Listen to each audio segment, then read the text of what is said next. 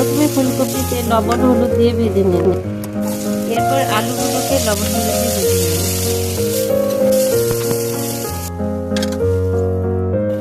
তেলে তেজপাতা কালো জিরা দিন। পেঁয়াজ ও টমেটোটাকে ব্লেন্ড করে কড়াই ঢেলে দিন। পেঁয়াজগুলো একটু কষিয়ে তারপর আদা বাটা, হলুদ, লবণ, জিরার গুঁড়া, ধনিয়ার গুঁড়া, ভাজা আলু ও ফুলকপিগুলো দিয়ে দিন। ঢাকনা দিয়ে ভালো করে সবজিগুলোকে কষিয়ে সিদ্ধ করুন। এখন গরম জল ঢেলে ভেজে রাখা রুই মাছগুলো দিয়ে দিন। রান্না হয়ে এলে কাঁচামরিচ, গরম মশলা ও ধনেপাতা দিয়ে নামিয়ে নিন এবং গরম গরম পরিবেশন করুন।